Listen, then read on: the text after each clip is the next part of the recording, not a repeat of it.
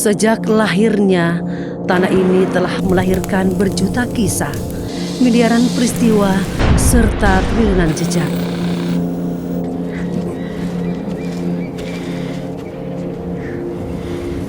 Ketidaksengajaan, talenta, kebiasaan, kebudayaan hingga sejarah.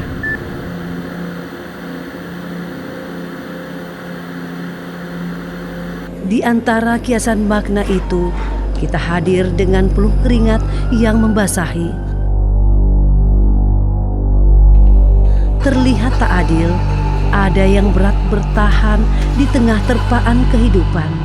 Ada pula yang kelihatannya begitu mudah berjalan dan berlari.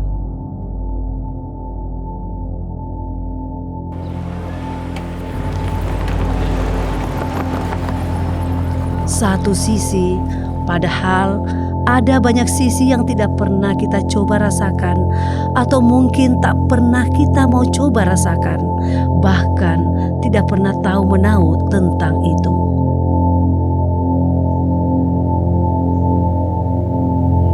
Tak jauh dari kaki kita menapak, tak jauh dari sini, ada puing-puing sejarah yang hampir musnah, hilang digerus roda globalisasi, industrialisasi, serta modernisasi.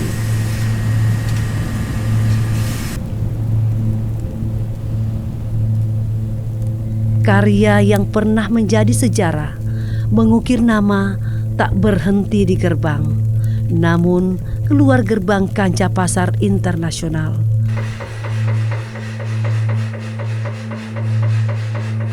Sebuah manifestasi kisah peristiwa, saksi bisu jejak sejarah, talenta yang terlupakan. Kendari UER.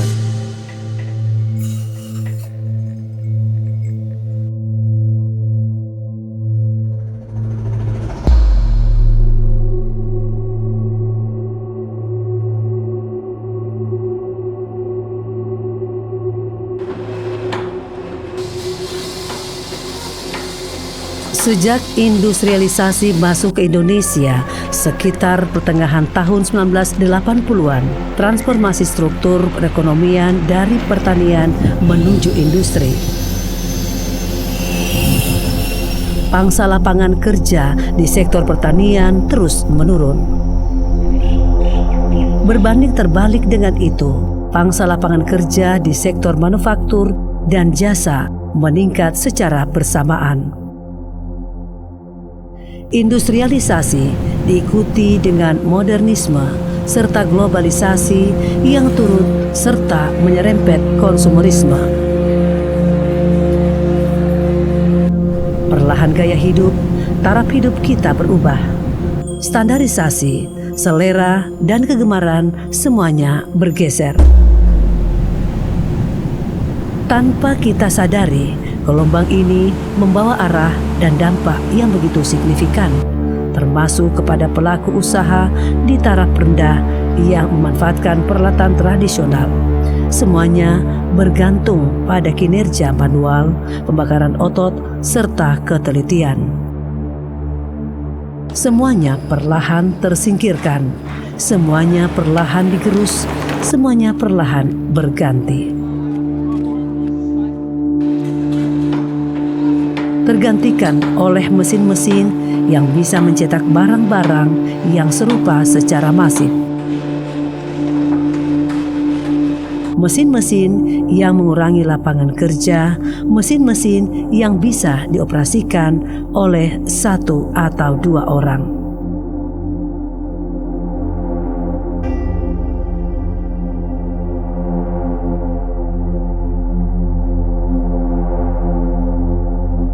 Jika saya menyebutkan, kiranya kamu tahu atau pernah mendengar sebelumnya, aku, kamu, kita rasanya asing.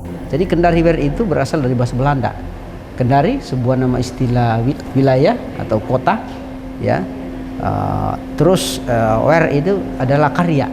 Kenapa karya? Karya yang dihasilkan salah satunya adalah perak, ya, perak Kendari, yang itu memiliki keunikan dan spesifikasi baik dalam hal bahan, struktur, kemudian teknik pembuatan, ya termasuk dalam campuran, ya, termasuk teknik-teknik yang dimiliki yang membedakan yang lain, teknik filigree.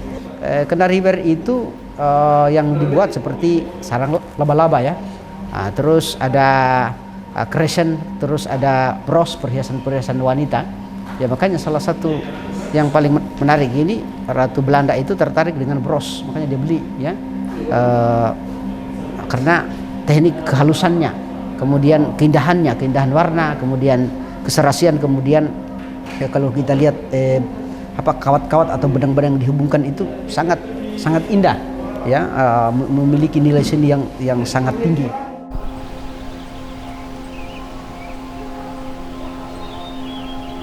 Lihatlah laba-laba ini, begitu sibuk di tengah gemuruh riuh era ini. Dia tak pernah sadar bahwa pintalan para pendahulunya begitu menginspirasi. Saya tidak perlu menyebutkannya satu persatu secara rinci, karena kamu lebih mengerti. Namun, saya akan mengabarkan kepadamu sebuah kebanggaan bahwa laba-laba juga pernah menginspirasi seorang keturunan Tionghoa yang menetap di salah satu kota kecil di Indonesia. Saat itu tahun 1920-an, kota ini masih bernama Kandai, sebuah teluk tersembunyi yang ditemukan oleh Vosmer pada tahun 1831, menjadi tempat peristirahatan dari angin-angin kencang yang bertiup di laut lepas. Terletak di sisi tak jauh dari muara teluk, sebuah bangunan rentan didatangi oleh kelompok Belanda yang diutus oleh Ratu Wilhelmina, sedang bersandar menarik cerutu. Kemudian tak sengaja mata-mata mereka terhenti pada sebuah bengkel seni seorang pengrajin emas dan perak. Tak menunggu waktu lama untuk mereka menemui tuan rumahnya. Sedikit bercengkerama, pendekatan khas orang-orang Belanda langsung mengutarakan maksudnya. Ji Wei dengan sedikit pertimbangan, dia meminta waktu untuk merenung. Dalam perenungan yang dalam pandangannya terpikat laba-laba yang sedang memintal sarangnya. Bagaimana makhluk kecil ini dapat menciptakan rumah sekaligus perangkap sumber makanannya dengan begitu rapi, dengan begitu unik, dengan serabut-serabut yang begitu tipis dan lembut. Pertama itu orang memang dari sana memang kan ada keahliannya itu memang, iya, pengrajin emas daerah. Sampai di Kendari keahliannya memang di sana. Iya. Orang bikin emas, tapi untuk buat ini belum udah tahu. Belum udah tahu. Nanti ada itu orang Belanda datang, dia bilang, kita tahu kah kita bikin beginian? Dia bilang, bisa. Tapi kasih saya waktu 1 minggu untuk berhayal, toh? Iya, untuk cari inspirasi. Akhirnya selesai satu Kendari wear dengan anyamannya ini. Luar biasa, toh. Kepada pencipta keberagaman, keunikan, serta segala keterbatasan ini, dia berterima kasih. Kiranya dia langsung menyampaikan kabar baik ini kepada Mener Belanda. Setelah 1 pekan perenungan, dia menyanggupi arahan itu. Cerdasnya, dengan latar belakang bakatnya pun telah paham bagaimana untuk membuat lempengan perak menjadi serat perak yang halus dan lembut, yang kemudian dipintal menjadi kerajinan yang begitu menawan menggunakan teknik yang disebut dengan nama filigree. Oleh Mener Belanda kemudian menyebutnya sebagai Kendari wear.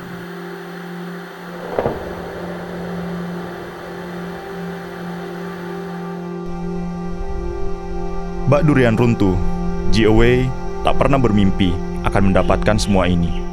Jerih payah, tenaga, waktu, dan konsistensi kepada profesinya punya ranum yang begitu segar dan manis. Melalui tangan-tangan dingin orang-orang Belanda saat itu, Kendari wear mendunia.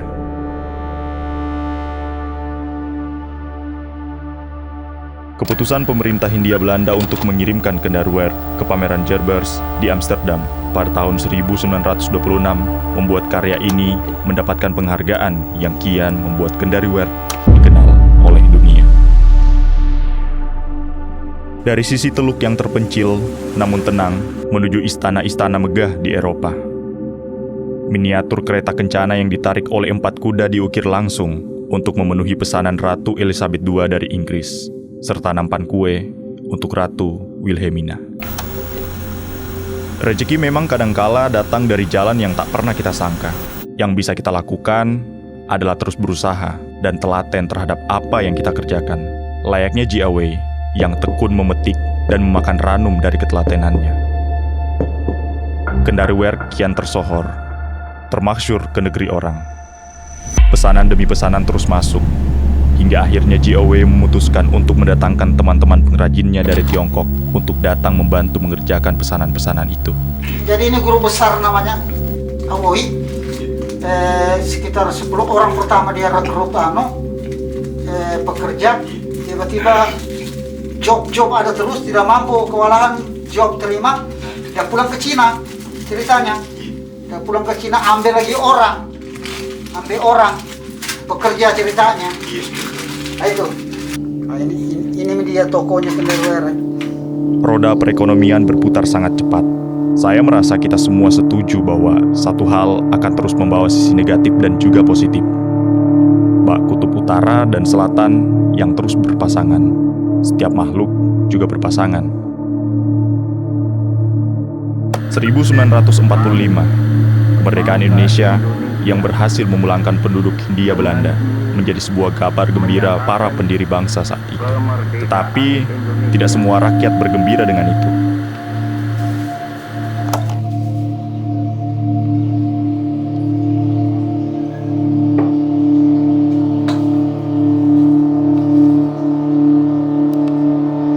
Banyak hal yang kita tidak tahu, atau mungkin dikaburkan oleh tulisan pemenang sejarah. Kendaruwerk meredup. VOC tak punya hak lagi untuk memasarkan sumber daya alam di Indonesia, termasuk Kendaruwerk. Seperti buah yang pernah ranum, perlahan akan mengkeriput. Buah yang pernah manis dan segar, perlahan mengecut dan hambar. Pun Kendaruwerk, perlahan lesu, pasar lokal tak bisa menyimbangi pasar internasional. Sisi teluk yang dulu ramai, kini perlahan sepi. Hingga Kendaruwerk mati suri. Para pengrajin yang dulu mudah ditemui, kini gulung tikar beralih profesi. Banyak juga yang berpindah tempat untuk mencari peruntungan di tempat lain. Tahun 1985, di masa pemerintahan Orde Baru, ada tiupan angin yang digadang-gadang akan menghidupkan kembali Kendaruwerk. Perekrutan pengrajin dengan status pegawai dilakukan, dengan mendatangkan instruktur dari ujung pandan. Usaha ini ternyata nihil. Daya tarik perhiasan perak mulai kehilangan pamornya. Disaingi oleh kehadiran kerajinan emas, terlebih tentunya pemasaran adalah kendala utama dari kerajinan ini.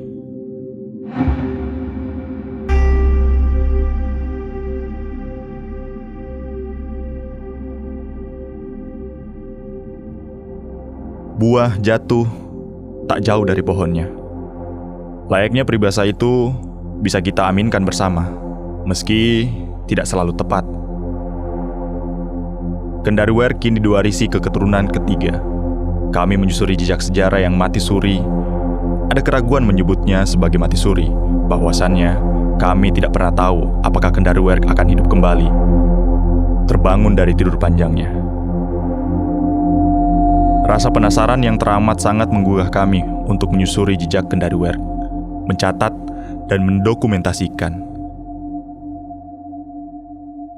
Tepat di tepian Teluk Kendari, kami mencari jejak itu, bertemu dengan perpanjangan ikatan darah yang tidak terpaut jauh dari penciptanya. Pak Osing, begitu sapaan akrab untuk pria parubaya ini. Mengakrabkan diri dengan Pak Osing, kami mencoba meniti jejak Kendaruwerk.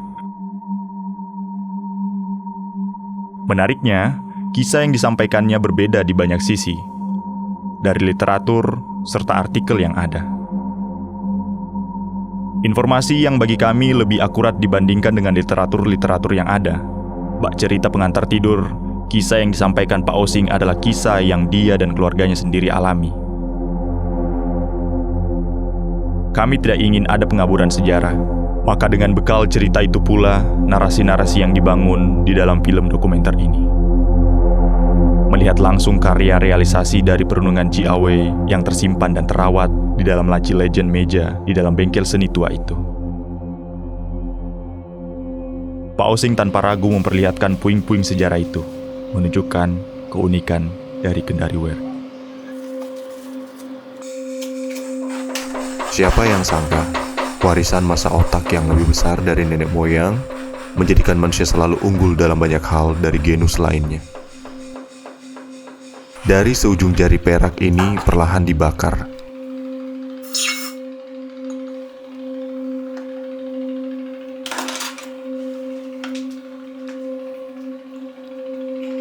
Kemudian dipipihkan.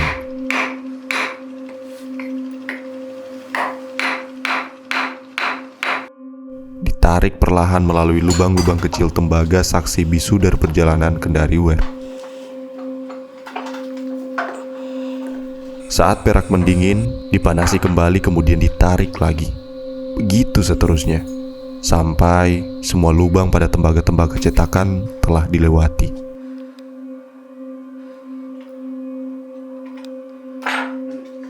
Barulah setelah mendapatkan perak yang halus dan tipis, benang-benang perak ini kemudian dirangkai, dibentuk sedemikian rupa dengan ketelitian dan akurasi, diaduk dengan kreativitas. Inilah yang dikenal dengan Kendari Werk.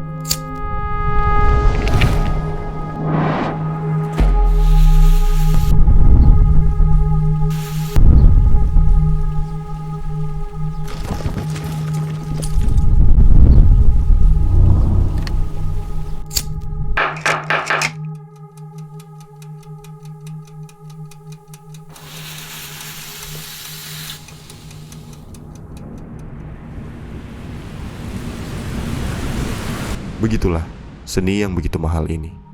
Begitulah kerumitan dan keunikannya. Sebegitunya pun dia bisa mati suri. Atau mungkin tak akan bangkit lagi.